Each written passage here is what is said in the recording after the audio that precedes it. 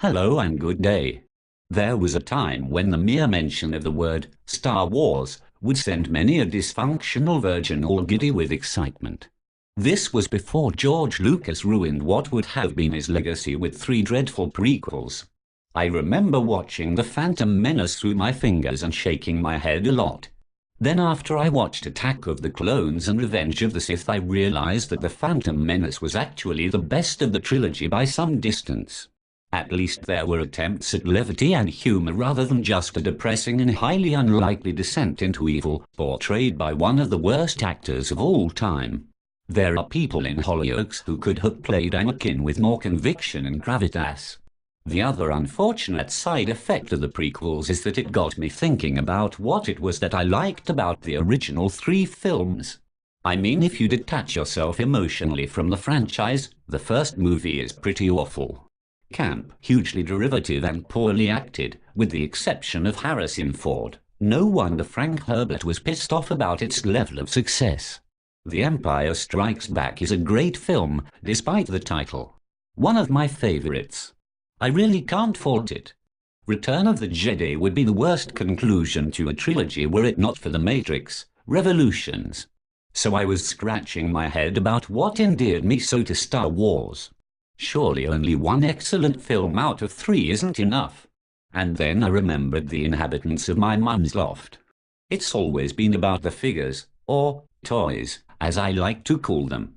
Except, thinking about it now, the toys were rubbish too.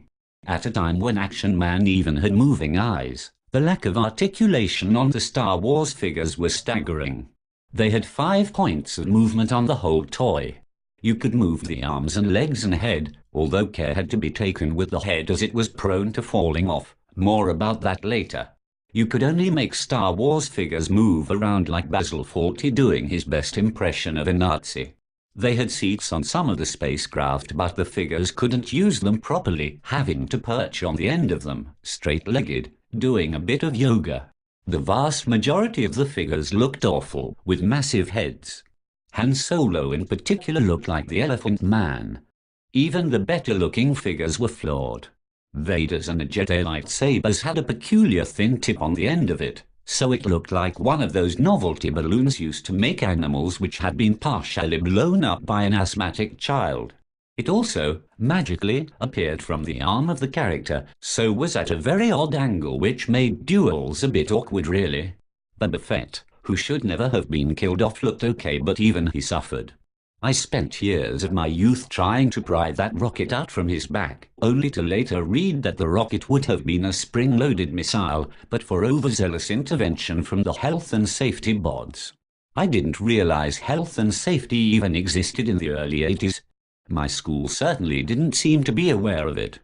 Amongst the Star Wars toys I have in my mum's loft, a good proportion of them are headless. I remember dropping Han Solo and his head simply fell off. I didn't even drop him with any force, or so I told my brother. I have a lanky bounty hunter without a head, too. I don't even know how his head fell off. I just went to play with him one day and his head was gone. Princess Leia lost her head during an incident in late '87. And I only have C-3PO's leg, the rest of his torso lost along with all of the various weapons, capes and other accessories that would invariably break or become forever entombed down the back of the sofa. I sound like such a careless child. But I have all the little weapons and stuff from my Transformers. But then Transformers were good and worth looking after. I only had a few vehicles. I couldn't afford any with lights and sounds or anything like that, given that they costed the same as a family hatchback at the time. I wanted a walkie thing with 4 legs, but got a little one with 2 legs. I wanted the Millennium Falcon and got the Rebel Transporter, which was basically a large shell with nothing inside it at all, just rows of studs to attach your hapless escaping rebels to.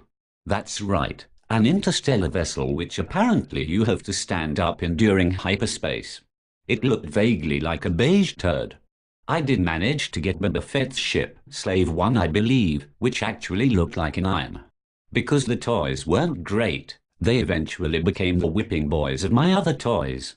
I had some E-Man figures which I used to terrorize the Star Wars ones with. I had one called Festo, really, with a bashing action that I used to wreak havoc on them. Rows upon rows of demented-looking Star Wars characters were felled in this manner. Others were simply blown to smithereens by Megatron and his Transformer cronies.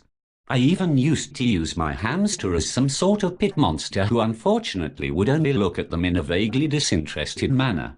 Even he was unimpressed. That is because they were small, looked gay, and some didn't even have heads. Thanks for listening. This rant initially appeared on bitteryoungishman.blogspot.com.